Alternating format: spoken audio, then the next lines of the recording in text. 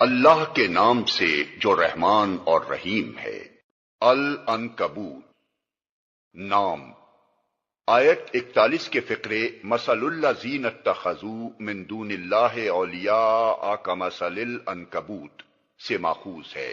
مطلب یہ ہے کہ یہ وہ سورت ہے جس میں لفظ عنکبوت آیا ہے۔ زمانہ نزول آیات 56 تا 60 سے صاف مترشح ہوتا ہے کہ یہ سورت ہجرت حبشہ سے کچھ پہلے نازل ہوئی تھی۔ باقی مضامین کی اندرونی شہادت بھی اسی کی تائید کرتی ہے، کیونکہ پس منظر میں اسی زمانے کے حالات جھلکتے نظر آتے ہیں۔ بعض مفسرین نے صرف اس دلیل کی بنا پر کہ اس میں منافقین کا ذکر آیا ہے اور نفاق کا ظہور مدینے میں ہوا ہے، یہ قیاس قائم کر لیا کہ اس سورت کی ابتدائی 10 آیات مدنی ہیں اور باقی سورت مکی ہے۔ حالانکہ یہاں جن لوگوں کے نفاق کا ذکر ہے وہ لوگ ہیں جو کفار کے ظلم و ستم اور شدید جسمانی اذیتوں کے ڈر سے منافقانہ روش اختیار کر رہے تھے، اور ظاہر ہے کہ اس نوعیت کا نفاق مکے ہی میں ہو سکتا تھا، نہ کہ مدینے میں۔ اسی طرح بعض دوسرے مفسرین نے یہ دیکھ کر کہ اس سورہ میں مسلمانوں کو ہجرت کرنے کی تلقین کی گئی ہے، اسے مکہ کی آخری نازل شدہ سورت قرار دے دیا ہے۔ حالانکہ مدینہ طیبہ کی طرف ہجرت کرنے سے پہلے مسلمان حبشہ کی طرف بھی ہجرت کر چکے تھے۔ یہ تمام قیاسات دراصل کسی روایت پر مبنی نہیں ہیں، بلکہ صرف مضامین کی اندرونی شہادت پر ان کی بنا رکھی گئی ہے، اور یہ اندرونی شہادت اگر پوری سورت کے مضامین پر بحیثیت مجموعی نگاہ ڈالی جائے مکے کے آخری دور کی نہیں بلکہ اس دور کے حالات کی نشاندہی کرتی ہے جس میں ہجرت حبشہ واقع ہوئی تھی۔ موضوع و مضمون سورت کو پڑھتے ہوئے محسوس ہوتا ہے کہ اس کے نزول کا زمانہ مکہ معظمہ میں مسلمانوں پر بڑے مصائب و شدائد کا زمانہ تھا۔ کفار کی طرف سے اسلام کی مخالفت پورے زور و شور سے ہو رہی تھی اور ایمان لانے والوں پر سخت ظلم و ستم توڑے جا رہے تھے۔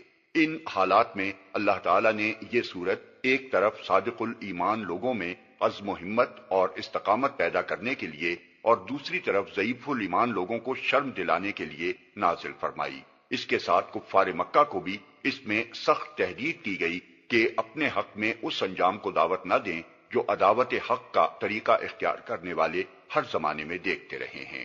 اس سلسلے میں ان سوالات کا جواب بھی دیا گیا ہے جو بعض نوجوانوں کو اس وقت پیش آ رہے تھے، مثلا ان کے والدین ان پر زور ڈالتے تھے کہ تم محمد صلی اللہ علیہ وسلم کا ساتھ چھوڑ دو اور ہمارے دین پر قائم رہو۔ جس قرآن پر تم ایمان لائے ہو اس میں بھی تو یہی لکھا ہے کہ ماں باپ کا حق سب سے زیادہ ہے، تو ہم جو کچھ کہتے ہیں اسے مانو ورنہ تم خود اپنے ہی ایمان کے خلاف کام کرو گے۔ اس کا جواب آیت 8 میں دیا گیا ہے۔ اسی طرح بعض نو مسلموں سے ان کے قبیلے کے لوگ کہتے تھے کہ عذاب ثواب ہماری گردن پر، تم ہمارا کہنا مانو اور اس شخص سے الگ ہو جاؤ، اگر خدا تمہیں پکڑے گا تو ہم خود آگے بڑھ کر کہہ دیں گے کہ صاحب ان بیچاروں کا کچھ قصور نہیں، ان کو ہم نے ایمان چھوڑنے پر مجبور کیا تھا، اس لیے آپ ہمیں پکڑ لیں۔ اس کا جواب آیت 12-13 میں دیا گیا ہے۔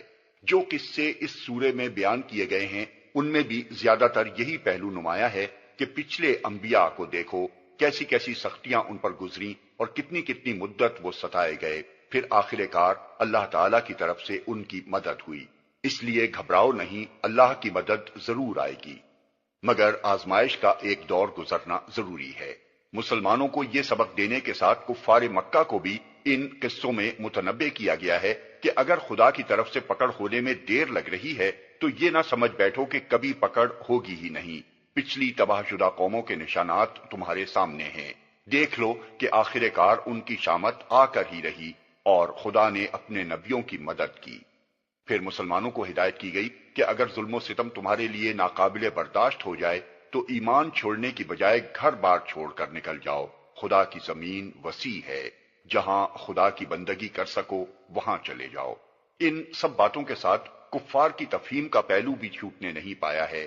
توحید اور معاد دونوں حقیقتوں کو دلائل کے ساتھ ان کے ذہن نشین کرنے کی کوشش کی گئی ہے، شرک کا ابطال کیا گیا ہے اور آثار کائنات کی طرف توجہ دلا کر ان کو بتایا گیا ہے کہ یہ سب نشانات اس تعلیم کی تصدیق کر رہے ہیں جو ہمارا نبی تمہارے سامنے پیش کر رہا ہے۔ Like, share and subscribe for more videos.